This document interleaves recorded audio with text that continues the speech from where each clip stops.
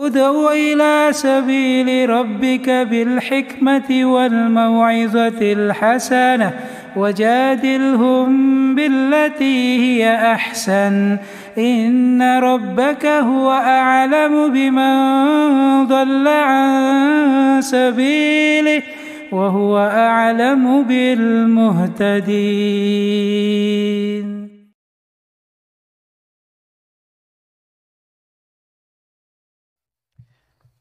Bab 49. Mensyukuri nikmat Allah dan mengakui berasal darinya. Firman Allah Subhanahu wa taala, A'udzu billahi minasyaitonir rajim. Wa in ataqnahu rahmatan minna min ba'di dharra massathu la yaqulanna hadza li.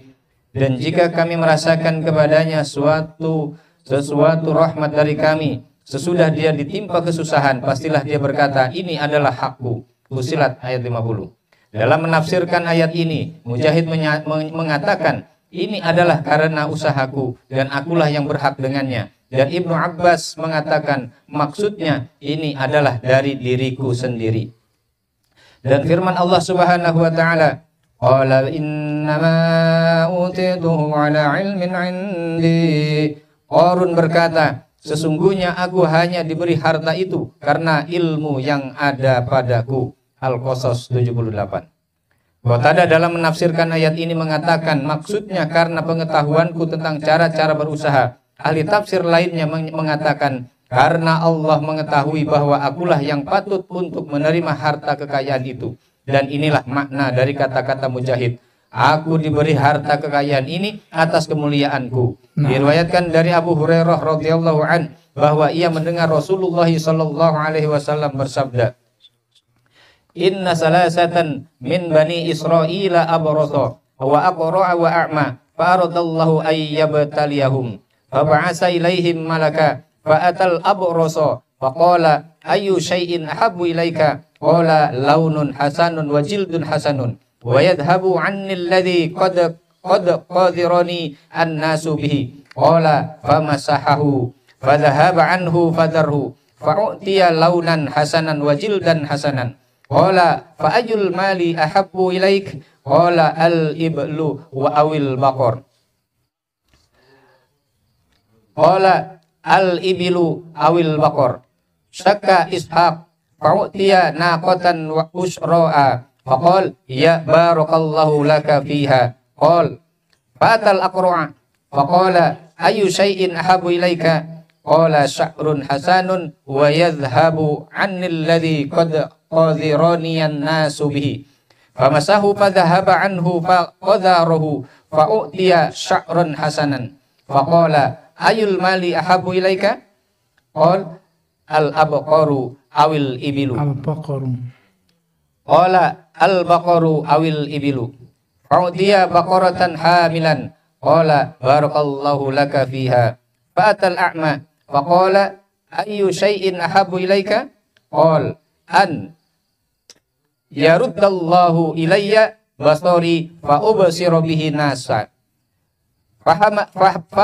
famasahahu faradallahu ilaihi basaruhu qala fa ayyul mali ahabbu ilaika qala al ghanam fa ut'iya syatan walidan fa untija hadzani wa waladda hadza fa kadzali hadza wadin minal ibil wa li hadza wadin minal baqar wa li hadza wadin minal ghanam. Sesungguhnya ada 3 orang dari Bani Israel, yaitu penderita lepra, orang berkepala botak, dan orang buta. Allah ingin menguji mereka bertiga. Maka diutuslah kepada mereka seorang malaikat. Pertama, datanglah malaikat itu kepada si penderita lepra dan bertanya kepadanya, apakah sesuatu yang paling kamu inginkan? Ia menjawab, rupa yang elok, kulit yang indah, dan penyakit yang menjijikan orang-orang ini hilang dari tubuhku. Maka diusaplah penderita lepra itu dan hilanglah penyakit dan yang dideritanya. Abros itu bukan lepra itu mestinya. Lepra itu ajdam. Abros itu belang. Ya, kulitnya itu belang. Nah, kalau lepra kan itu menggerogoti anggota tubuh. Gitu. Kalau belang ini hanya kulitnya saja. Nah. Maka diusaplah penderita lepra itu dan hilanglah penyakit yang dideritanya, serta diberilah ia rupa yang elok dan kulit yang indah. Malaikat pun bertanya lagi kepadanya, lalu kekayaan apa yang paling kamu senangi? Jawabnya, unta atau sapi. Ishak perawi hadis ragu-ragu antara unta dan sapi. Maka diberilah ia seekor unta yang bunting dan didoakan, semoga Allah melimpahkan berkahnya kepadamu dengan unta ini. Kemudian malaikat itu mendatangi orang berkepala botak dan bertanya kepadanya, apakah sesuatu yang paling kamu inginkan? Ia menjawab, rambut yang indah dan hilang dari kepalaku apa yang telah menjijikan orang-orang. Maka diusaplah kepalanya dan ketika itu hilanglah penyakitnya, serta diberilah ia rambut yang indah. Malaikat pun bertanya lagi kepadanya, kekayaan apa yang paling kamu senangi? Jawabnya, sapi atau unta. Maka diberilah ia seekor sapi bunting dan didoakan, semoga Allah melimpahkan berkahnya kepadamu dengan sapi ini. Selanjutnya malaikat tadi mendatangi si buta dan bertanya kepadanya, apakah sesuatu yang paling kamu inginkan? Ia menjawab, semoga Allah berkenan mengembalikan penglihatanku sehingga aku dapat melihat orang-orang. Maka diusaplah wajahnya dan ketika itu Allah mengembalikan penglihatannya. Malaikat pun bertanya lagi kepadanya, lalu kekayaan apa yang paling kamu senangi? Jawabnya, kambing. Maka diberilah ia seekor kambing bunting, lalu berkembang biaklah unta, sapi dan kambing tersebut, sehingga yang pertama mempunyai selembah unta, yang kedua mempunyai selembah sapi, dan yang ketiga mempunyai selembah kambing. Sabda Nabi SAW selanjutnya, "Tsumma innahu atal abrasa fi suratihi wa hayatihi. Qala rajulun miskinun qad anqata'at biya al-hibalu fi safari. Fala balagha liya al-yawma illa billahi summa bika. As'aluka billadhi a'taka al-lawnal hasan wa jildal hasan wal mala ba'iran ataballagu bihi fi safari." Faqal al-huququ kasiratun. Faqala lahu ka'anni u'rifuka. Alam takun abrasa yaqdharukan nas faqiran fa'taqallahu al-mal. Faqala innama waristu hadzal mala kabiran an kabirin. Faqala in kunta kadhiban fasayyaraka Allahu la ma kunta. Qala wa atal aqra'a fi suratihi. Faqala lahu misla ma qala li hadha wa radda alayhi misla ma radda alayhi hadha. Faqala in kunta kadhiban fasayyaraka Allahu ila ma kunta. Qala wa atal a'ma fi suratihi. Faqala rajulun miskinun wa ibnu sabil qadin qata'at biyal hibal fi safari fala balago liyal yawma illa billahi summa bika. As'aluka billadhi radda alayka basaraka asyatan ataballagu biha fi safari. Faqala qad kuntu a'ma faraddallahu ilayya basari faqud ma syi'ta wa da' ma syi'ta. Fawallahi la ajhaduka al-yawma bi syai' akhzatahu lillah. Faqal amsik malaka fa innama ibtulitum. Faqad radiyallahu anka wa sakhita qala sahibaika. Kemudian datanglah malaikat itu kepada orang-orang sebelumnya menderita lepra dengan menyerupai diri dan keadaannya dan berkata, aku seorang miskin telah terputus segala jalan bagiku untuk mencari rizki dalam perjalananku, sehingga tidak akan dapat meneruskan perjalananku hari ini kecuali dengan pertolongan Allah. Kemudian dengan pertolongan Anda, demi Allah yang telah memberi Anda rupa yang elok, kulit yang indah dan kekayaan ini, aku minta kepada Anda seekor unta saja untuk bekal melanjutkan perjalananku. Tetapi dijawab, hak-hak tanggunganku banyak. Malaikat yang menyerupai orang penderita lepra itu pun berkata kepadanya, sepertinya aku mengenal Anda. Bukankah Anda ini yang dulu menderita lepra? Orang-orang jijik kepada Anda, lagi pula melarat, lalu Allah memberi Anda kekayaan. Dia malah menjawab, sesungguhnya harta kekayaan ini hanyalah aku warisi turun-temurun dari nenek moyangku yang mulia lagi terhormat. Maka malaikat itu berkata kepadanya, jika Anda berkata dusta, niscaya Allah mengembalikan Anda kepada keadaan Anda semula. Lalu malaikat tersebut mendatangi orang yang sebelumnya berkepala botak dengan menyerupai dirinya dan berkata kepadanya seperti yang dia katakan kepada yang pernah menderita lepra. Serta ditolaknya sebagaimana telah ditolak oleh yang pertama itu. Maka berkatalah malaikat yang menyerupai dirinya itu kepadanya, jika Anda berkata dusta, niscaya Allah akan mengembalikan Anda kepada keadaan Anda semula. Terakhir, malaikat tadi mendatangi orang yang sebelumnya buta dengan menyerupai dirinya pula, dan berkatalah kepadanya, aku adalah orang miskin, aku adalah seorang miskin, kehabisan bekal dalam perjalanan dan telah terputus segala jalan bagiku untuk mencari rezeki dalam perjalananku ini. Sehingga aku tidak akan dapat lagi meneruskan perjalananku hari ini kecuali dengan pertolongan Allah, kemudian dengan pertolongan Anda. Demi Allah yang telah mengembalikan penglihatan Anda, aku meminta seekor kambing saja untuk bekal melanjutkan perjalananku. Orang itu menjawab, sungguh aku dahulu buta, lalu Allah mengembalikan penglihatanku. Maka ambillah apa yang Anda sukai dan tinggalkan apa yang Anda sukai. Demi Allah, sekarang ini aku tidak akan mempersulit Anda dalam meminta dengan meminta Anda mengembalikan sesuatu yang telah Anda ambil karena Allah.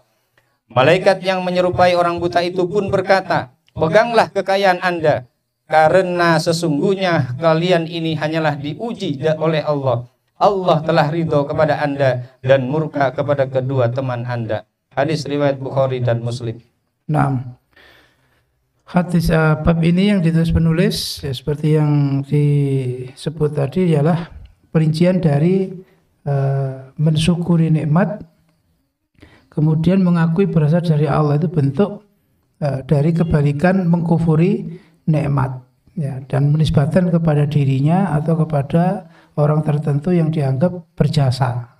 Itu akan menyeret seseorang kufur nikmat, dan itu masuk dari kufrul asghar atau syirkul asghar, seperti yang diceritakan tiga orang tadi, antara orang yang belang, orang yang botak, dan orang yang buta. Ya, ini masing-masing diberi nikmat yang luar biasa sesuai dengan keinginannya.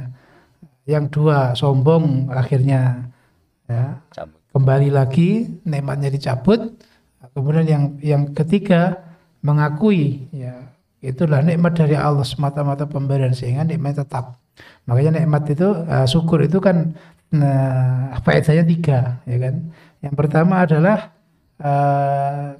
tajlib nikmah ya al-marjuwa, ya, menarik nikmat yang diharapkan. Ya, tadinya mereka keadaan seperti itu. Ya, ketika mensyukuri apa adanya, Allah memberi nikmat itu yang diinginkan datang. Ya, yang belang jadi kulitnya halus, bersih. Ya, yang buta bisa melihat, yang bodak tumbuh rambutnya. Yang kedua, syukur itu membuat ya takrir ni'am al-mawjudah, mampu menetapkan nikmat yang sudah ada. Jadi nikmat yang sudah ada itu akan selalu ada, nggak akan hilang. Seperti yang dialami atau yang didapatkan yang buta. Nah, ketika mensyukuri ya nikmatnya nggak dicabut, tapi yang dua temannya dicabut. Nah, dicabut. Nah, itu bentuk dari keutamaan syukur. Jadi mendatangkan nikmat yang diharapkan, menetapkan nikmat yang yang sudah ada, kemudian taujid ni'am al-mafkudah, mengembalikan, mewujudkan nikmat yang hilang.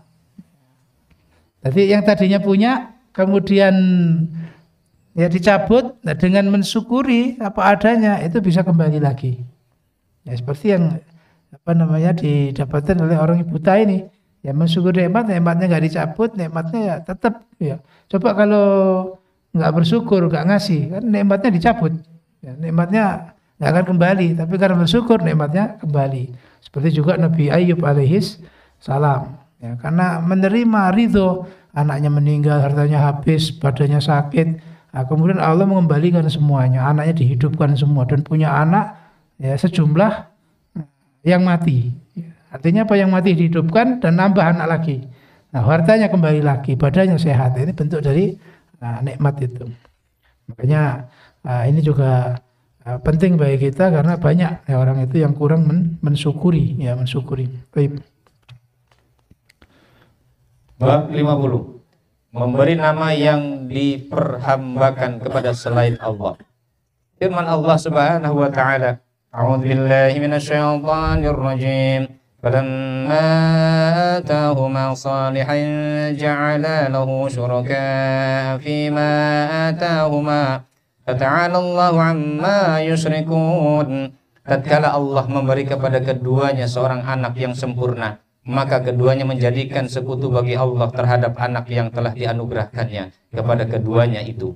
Maka maha tinggi Allah dari apa yang mereka persekutukan. Al-A'raf 190. Ibnu Hazm mengatakan, para ulama telah sepakat mengharamkan setiap nama yang diperhambakan kepada selain Allah, seperti Abdu Umar, hamba Umar, Abdul Ka'bah, hamba Ka'bah, dan yang semisalnya, kecuali Abdul Muttalib. Nah, jadi di sini nama-nama yang menghambakan pada selain Allah itu ya bukan di Abdullah. Kalau Abdullah kan hambanya Allah, itu pas. Atau disandarkan kepada nama-nama Allah, Abdurrahman, Abdurrahim. Itu nama-nama diperhambakan kepada Allah. Yang nggak boleh itu kepada selain Allah. Ya, seperti tadi itu Abdu Umar, ya Abdu Abdu Ka'bah. Kecuali di situ Abdul Muthalib karena memang asalnya adalah berhubungan mengharamkan Abdul Muthalib di sini menurut pendapat ini itu diperbolehkan, tapi sebenarnya juga tetap itu tidak boleh ya. Abdul Muthalib itu berarti kayak ya itu tadi maknanya budaknya atau hambanya Abdul Muthalib. Itu ada keterangan maksud ulama ya belum sepakat mengharamkan nama Abdul Muthalib karena asal nama ini berhubungan dengan perbudakan. Artinya ya ulama ada perselisihan ya, karena dulu memang kakeknya Nabi itu pas datang ke Madinah, datang ke Mekah, itu seperti budaknya Muthalib ya, sehingga dianggap itu adalah Abdul Muthalib. Ada kisahnya itu. Jadi yang jelas sampai masalah nama pun kita harus bersih dari syirik. Nah, Ibnu Abi Hatim meriwayatkan bahwa Ibnu Abbas dalam menafsirkan ayat tersebut mengatakan, setelah Adam menggauli istrinya Hawa, ia pun hamil. Lalu iblis datang kepada mereka berdua dengan berkata, sungguh aku adalah kawanku berdua yang telah mengeluarkan kamu dari surga. Demi Allah, hendaklah kamu mentaatiku. Kalau tidak, niscaya akan kujadikan anakmu itu bertanduk dua seperti rusa, sehingga akan keluar dari perut istrimu dengan merobeknya. Demi Allah, pasti akan kulakukan. Demikianlah iblis menakut-nakuti mereka berdua. Namailah anakmu itu Abdul Haris. Kata iblis memerintah, tetapi keduanya menolak untuk mematuhinya. Tatkala bayi mereka lahirlah dia dalam keadaan mati. Kemudian Hawa hamil lagi. Maka datanglah iblis kepada mereka berdua dengan mengatakan seperti apa yang pernah ia katakan. Tetapi mereka berdua tetap menolak untuk mematuhinya. Dan bayi mereka pun lahir lagi dalam keadaan mati. Selanjutnya Hawa mengandung lagi. Maka datanglah iblis kepada mereka berdua dan mengingatkan mereka apa yang pernah ia katakan. Karena Adam dan Hawa lebih menginginkan keselamatan anak-anaknya. Akhirnya mereka mematuhi iblis dengan memberi pada anak mereka nama Abdul Haris. Itulah tafsiran firman Allah. Ja'ala lahu syuraka fima atahuma. Mereka keduanya menjadikan sekutu bagi Allah dalam hal anak yang Dia karuniakan kepada mereka. Ibnu Abi Hatim meriwayatkan pula dengan sanad sahih bahwa Qatadah mengatakan, yaitu berbuat syirik dalam hal ketaatan kepada iblis, bukan dalam hal ibadah kepadanya. Demikian juga ia meriwayatkan dalam sanad sahih bahwa dalam menafsirkan firman Allah, la in ataitana salihah, jika engkau mengaruniakan kami anak laki-laki yang sempurna wujudnya, Mujahid mengatakan, Adam dan Hawa khawatir kalau bayi mereka itu lahir tidak dalam wujud manusia. Dan diriwayatkannya pula tafsiran yang senada dari Al-Hasan Al-Basri, Sa'id bin Zubair, dan yang lain. Nah, kisah Nabi Adam alaihissalam ini juga menunjukkan bagaimana menyekutukan Allah ya tentang nama. Ya. Nabi Adam alaihissalam dengan Ibu Hawa itu tidak mengkufuri nikmat, ya, tidak menyembah kepada iblis, ya, tidak, tapi terpengaruh dalam tadi itu pengucapan, ya, penamaan dan sebagainya. Maka kita harus hati-hati, dan ini kembali kepada tadi bahwa yang mengurangi ketauhidan itu paling banyak adalah ucapan kita, ya. Maka supaya hati-hati sebelum berbicara harus kita teliti dulu. Karena orang cerdas itu sebelum diucapkan dipikir dulu. Tapi kalau orang yang bodoh itu yang penting ngomong dulu, ya kan? Nah, pikir belakangan. Nah, ini. Kayaknya lu ingat tadi malam ini kan? Ya, kalau al-akil, orang cerdas itu, kalamuhu warai, ya, warai akli.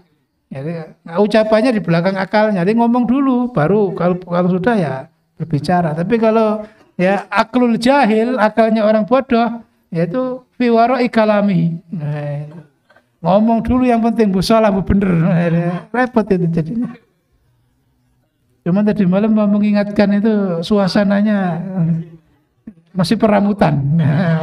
Masih peramutan. Nanti kopinya jadi nggak enak nanti, kan? Tayyib. Bab 51. Menetapkan Asmaul Husna hanya untuk Allah dan tidak menyelewengkannya. Firman Allah Subhanahu wa taala, A'udzu billahi minasyaitonir rajim. Walillahil asmaul husna fad'uuhu biha wa dharul ladzina yulhiduna fi asma'ihi sayujzauna ma kanu ya'malun. Hanya milik Allah Asmaul Husna, maka bermohonlah kepadanya dengan menyebut Asmaul Husna itu, dan tinggalkanlah orang-orang yang menyimpang dari kebenaran dalam menyebut nama-namanya.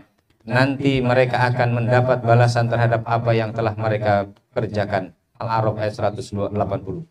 Ibnu Abi Hatim meriwayatkan dari Ibnu Abbas tafsiran firman Allah, yulhiduna fi asma'ihi, menyelewengkan asma'nya, yaitu berbuat syirik dalam asma'nya.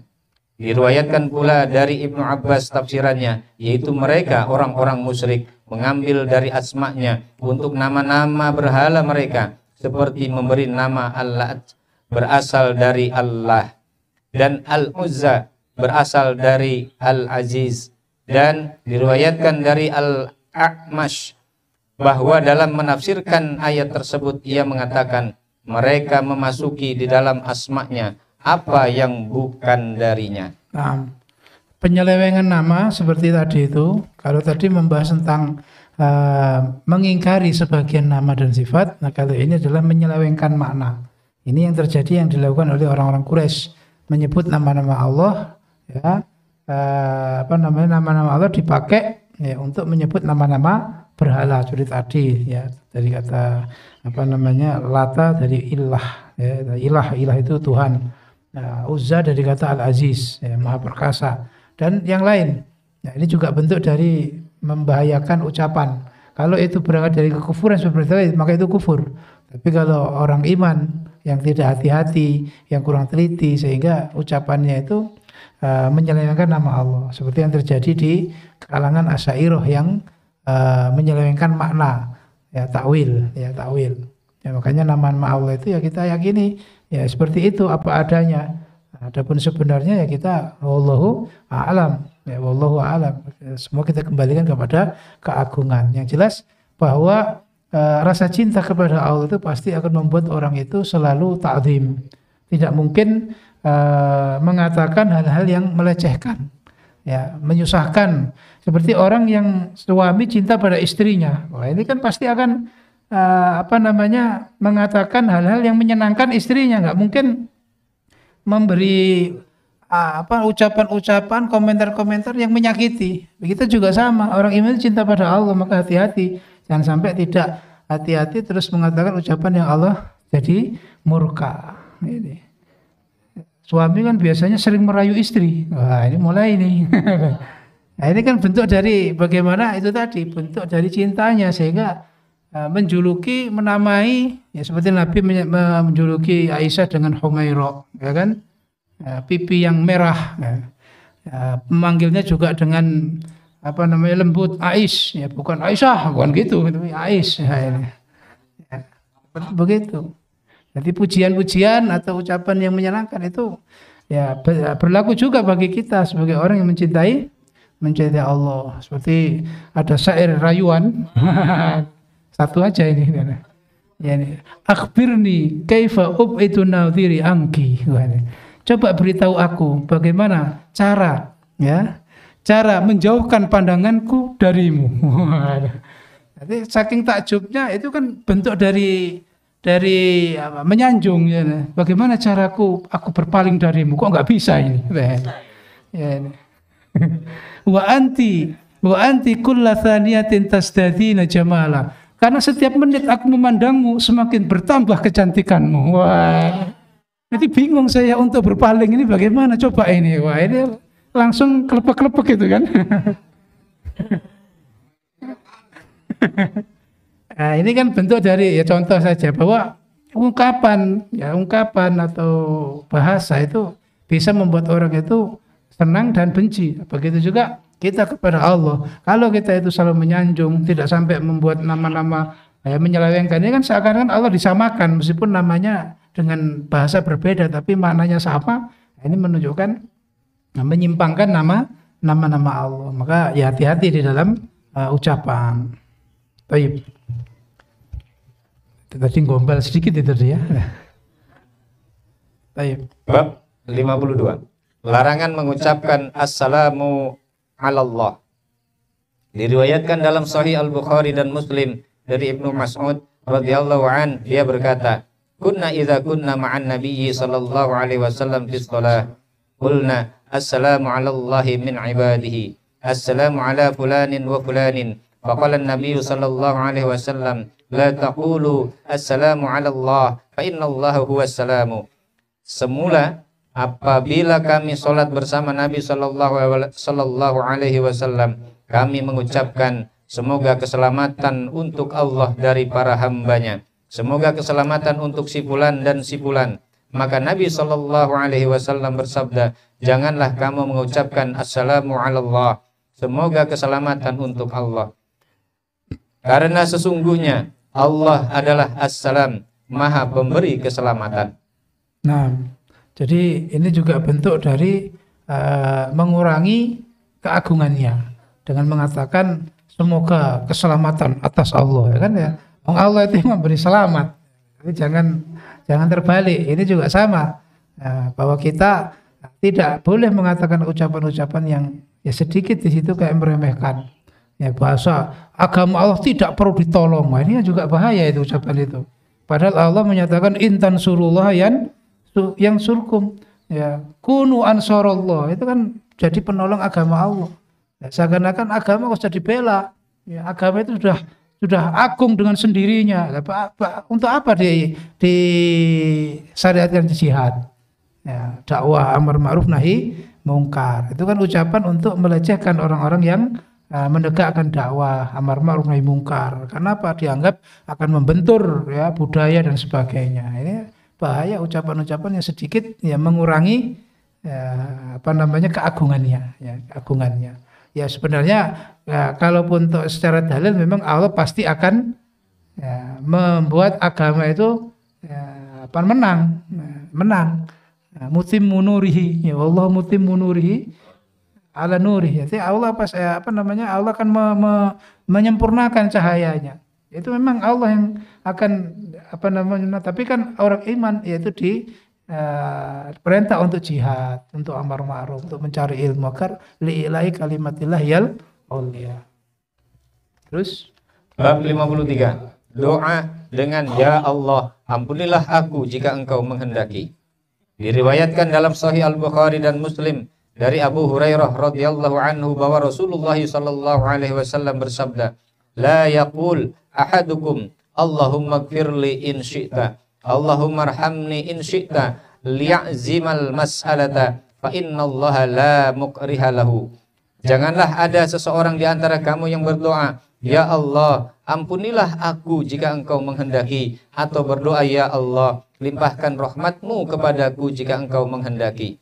Tetapi hendaklah berkeinginan kuat dalam permohonannya itu, karena sesungguhnya Allah tiada sesuatu pun yang memaksanya untuk berbuat sesuatu. Dan disebutkan dalam riwayat Muslim, "Wal yu'azzimir raghbah fa innallaha la yata'azzamuhu syai'un a'tahu." Dan hendaklah ia membesarkan harapannya, karena sesungguhnya Allah tidak merasa berat atas sesuatu yang dia berikan. Nah, jadi bentuk ucapan Allahumma firli in syi'ta. Ya Allah, ampunilah aku jika engkau menghendaki. Kalau menghendaki alhamdulillah, kalau enggak ya enggak apa-apa. Ini bentuk dari mengurangi keagungannya. Seakan-akan ya istilah mutung ya. Allah itu tidak akan memberi harapan, atau Allah tidak memberi ampunan. Padahal innallaha ghafurur rahim. Ini bentuk dari ya kurangnya adab bersama Allah. Ya. Mestinya kan ya betul-betul minta dengan betul seperti dalil tadi, betul-betul memohon. Namanya menghamba itu kan begitu. Ya, tidak ada yang diandalkan kecuali Allah. Kalau ya saya minta, ya kalau ada, kalau enggak ya saya pergi, ya kan ya. Orang akan merasa tidak dibutuhkan. Ya, tidak dibutuhkan. Ya wis nang ngali kono kan begitu. Ya, kalau Allah sudah bilang begitu, diusir dari rahmatnya mau kemana? Mau kemana? Maka jangan mengatakan Allahumma firli in syi'ta. Jadi supaya husnudon, supaya yakin. Sebab itu kayak memaksa, ya, kayak memaksa Allah dan mengurangi keagungannya. Itu juga mengurangi ketauhidan. Nah, sama seperti orang tadi itu mencintai kepada orang lain, ya pasti akan membuat tersanjung, membuat tenang, tidak mungkin membuat marah, Orang itu kalau merasa dibutuhkan itu senang, ya, datang disambut, ya, seakan semua itu menunggu, ya kan, itu senang, meskipun mungkin yang ditunggu, ya, tentengannya mungkin, yang ditunggu tentengannya, tapi kan merasa dibutuhkan, ditunggu, itu bangga itu. Sehingga kalau mau menemui itu kalau nggak bawa apa-apa, seakan-akan wah ini bisa hampa ini, ya begitu. Ya. Namanya orang hamba aja sih begitu, bagaimana Allah? Walillahil matsalul a'la. Terus bab 54. Janganlah mengatakan hambaku, abdi, amati. Diriwayatkan dalam Sahih Al-Bukhari dan Muslim dan dari Abu Hurairah radhiyallahu anhu bahwa Rasulullah sallallahu alaihi wasallam bersabda, "La yaqul ahadukum at'im rabbaka waddi rabbaka wal yakul sayyidi wa maulaya wa la yaqul ahadukum abdi wa amati wal yakul fataya wa fatati wa gulami." Janganlah seseorang di antara kamu mengatakan kepada sahaya atau pelayannya, hidangkan makan atau berikan air wudhu kepada Gusti Pangeranmu Rabbaka. Dan hendaklah pelayan mengatakan, Tuanku, Sayyidi Maulaya. Janganlah pula seseorang di antara kamu mengatakan kepadanya, abdiku, hambaku, abdi amati. Serta hendaklah mengatakan bujangku, fataya, gadisku, fatati, dan anakku, gulami. Nah, ini juga adab bersama Allah dalam menyebutkan posisi kedudukan seseorang itu jangan sampai menyerupai seperti majikan dengan kata robbuk, ya, at'im robbak, ayo Tuhanmu kasih makan, ya kan? Ya robbak itu sebenarnya orang yang meramut juga, gitu. Orang yang meramut, orang yang menanggung kehidupan itu juga rob juga namanya. Tapi ya dalam penyebutan sebagai adab tidak disamakan. Ini juga merealisasikan tauhid sampai dalam ucapan. Karena kalau nggak hati-hati itu menjadi yang mengurangi ketauhidan. Ya, hamba, ya jangan abdi.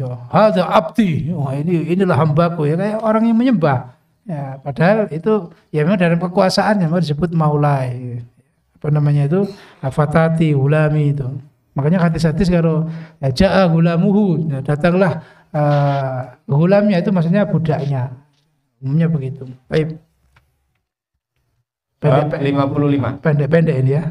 Jangan ditolak orang yang meminta dengan menyebut nama Allah. Ibnu Umar radhiyallahu an menuturkan Rasulullah sallallahu alaihi wasallam bersabda, "Man sa'ala billahi fa'tuhu, wa man ista'adza billahi fa'izuhu, wa man da'akum fa'ajibuhu, wa man sana'a ilaikum ma'rufan fakafi'uhu, fa illam tajidu ma tukafi'unahu fad'u lahu hatta tarau annakum qad kafa'tumuhu." Barang siapa yang meminta dengan menyebut nama Allah, maka berilah. Barang siapa yang meminta perlindungan dengan menyebut nama Allah, maka lindungilah. Barang siapa yang mengundangmu, maka penuhilah undangannya. Dan barang siapa yang berbuat baik kepadamu, maka balaslah kebaikannya itu dengan yang sebanding atau lebih baik. Tetapi jika kamu tidak mendapatkan sesuatu untuk membalas kebaikannya, maka doakanlah untuknya dengan sungguh-sungguh sampai kamu merasa bahwa kamu sudah membalas kebaikannya. Hadis riwayat Abu Dawud dan An-Nasa'i dengan sanad sahih. Nah, ini juga adab bersama Allah. Ya, jadi ketika ada orang minta ada nama Allah sebagai bentuk pengagungan pada nama Allah, nggak menolak. Ya, cuman kalau di tradisi kita itu kan jarang meminta. Demi Allah aku minta, itu kan jarang. Kalau orang Arab itu sering, wallahi, itu sumpah duluan. Nah, bentuk pengagungan sebagai realisasi ketauhidan, nggak menolak. Karena kalau menolak seakan-akan menolak nama Allah. Ya, sampai segitunya dalam merealisasi ketauhidan dalam keseharian itu. Nah, ini bentuk dari pengagungan, ya, pengagungan. Maka dari sekarang kalau minta pakailah nama Allah. Proposal diawali dengan wallah. Nah, ini rahasia ini. Ya. Kalau orang itu yang diminta kita ngerti tauhidnya kuat, pasti nggak akan nolak. Nah, cuman kalau nggak begitu ngerti tauhid, ini masalahnya. Ya. Apa ini kok gak sesuai SOP gitu kan. Ana wallahinya ini. Nah, itu perlu ikut asrama tauhid itu ya kan. Makanya kan kalau orang yang sering dimintai proposal, ya, sering diminta bantuan itu kalau ngaji, wah itu langsung, oh iya kemarin nama Allah nggak boleh ditolak, langsung memberi. Bismillah. Baik. Bab 56. Tidak dimohon dengan menyebut wajah Allah kecuali surga. Nah. Jabir radhiyallahu anhu menuturkan Rasulullah sallallahu alaihi wasallam bersabda, "La yus'alu biwajhillahi illal jannatu." Tidak boleh dimohon dengan menyebut wajah Allah kecuali surga saja. Nah, hadis riwayat Abu Dawud. Ini juga bentuk dari pengagungan. Kalau kita menyebut nama Allah itu enggak meminta kecuali yang paling tinggi, yaitu surganya, ya, ridhonya, rahmatnya. Ya, jangan hanya meminta yang sepele-sepele saja. Minta ya rezeki ya hanya dengan sebutan-sebutan yang sepele. Ya itu jangan, tapi mintalah kalau nama Allah itu sebagai adab, ya kita minta yang tertinggi. Makanya kan kenapa seperti ahli Quran, kalaupun toh nggak sempat doa, nggak bisa minta, dia membaca Quran terus itu kan akan diberi yang paling istimewa. Ya karena apa? Ya dekatnya dengan Allah. Itu juga adab. Ya juga adab. Seperti orang yang punya kedudukan tinggi, ya kan? Kalau kita itu memohon kepadanya dengan sesuatu yang istimewa, dia tersanjung. Kalau dia orang kaya, hartanya 1 triliun umpama, ya kita minta uang 10.000 ya kan, dia kayak meremehkan ini, kan? Meremehkan. Tapi kalau kita minta seakan memang kita membutuhkan sekali, ya itu tersanjung. Itu hamba. Allah juga begitu. Makanya kalau nyebut nama Allah tidak meminta kecuali surga, itu sebagai adab saja. Nah. Satu lagi. Pas jam 7. Nah, satu lagi ucapan andai kata. Bab 57 tentang ucapan andai kata. Firman Allah Subhanahu wa taala, "A'udzubillahi minasyaitonir rajim. Yaquluna law kana lana minal amri syai'un ma qutilna hahuna. Qul law kuntum fi buyutikum labarazal ladzina kutiba 'alaihimul qatlu ila mawdaji'ihim. waliyabtaliyallahu ma fi sudurikum waliyumahhisa ma fi qulubikum wallahu alimun bidzatis sudur. Mereka berkata, sekiranya ada bagi kita barang sesuatu hak campur tangan dalam urusan ini, niscaya kita tidak akan dibunuh, dikalahkan di sini. Katakanlah, sekiranya kamu berada di rumahmu, niscaya orang-orang yang telah ditakdirkan akan mati terbunuh itu keluar juga ke tempat mereka terbunuh. Dan Allah berbuat demikian untuk menguji apa yang ada dalam dadamu dan untuk membersihkan apa yang ada dalam hatimu. Allah maha mengetahui isi hati. Al-Imran ayat 154. Alladzina qalu li ikhwanihim faq'adu wa qa'adu law ata'una ma qutilu qul fadra'u an anfusikumul mauta in kuntum shadiqin. Orang-orang yang mengatakan kepada saudara-saudaranya dan mereka tidak turut pergi berperang, sekiranya mereka mengikuti kita, tentulah mereka tidak terbunuh. Katakanlah, tolaklah kematian itu darimu jika kamu orang-orang yang benar. Al-Imran ayat 168. Diriwayatkan dalam Sahih Muslim dari Abu Hurairah radhiyallahu an bahwa Rasulullah sallallahu alaihi wasallam bersabda, ihris ala ma yanfuk, ihris ala ma yanfa'uka, wasta'in billah wa la ta'jaz. Wa in asabaka syai'un fala taqul law anni fa'altu kadza la kadza kadza wa kadza, walakin qul qaddarallahu wa ma syaa fa'ala. Fa illau taftahu amala syaitan. Bersungguh-sungguhlah dalam menuntut apa yang bermanfaat bagimu dan mohonlah pertolongan kepada Allah dalam segala urusanmu, serta janganlah sekali-kali kamu bersikap lemah apabila kamu tertimpa suatu kegagalan. Janganlah kamu berkata, seandainya aku berbuat demikian, tentu tidak akan begini atau begitu. Tetapi katakanlah, ini telah ditakdirkan oleh Allah, dan Allah berbuat apa yang Dia kehendaki, karena ucapan seandainya akan membuat pintu perbuatan setan. Nah, penyakit hati yang terlihat dari ucapan itu adalah tidak menerima qadar, ya, sehingga di situ ucapannya mengandai-andai, ya, seumpama enggak kefoto, wah, nah enggak begini nasib saya. Nah ini akhirnya kan membuat selalu, ya, berlarut-larut dalam kesusahan, berlarut-larut dalam kesedihan, sehingga apa, ya, banyak kebaikan yang ditinggalkan, banyak kewajiban yang diremehkan. Nah, ini bentuk dari disebut tadi membuka pintunya setan, itu pintu setan. Nah, setan masuk di situ, ya, akhirnya tidak terima dengan qadar, ya sebenarnya percaya qadar, tapi kesusahannya itu membuat dia protes gitu. Ya, padahal dalilnya malam yu'min bi qadari wa lam yardu bi qadai, ya, falyatlub rabban siwai. Ya, ini siapa yang tidak mengimani qadar, siapa yang tidak meridhoi terhadap hukum ketentuan, maka supaya mencari Tuhan selainku, kan?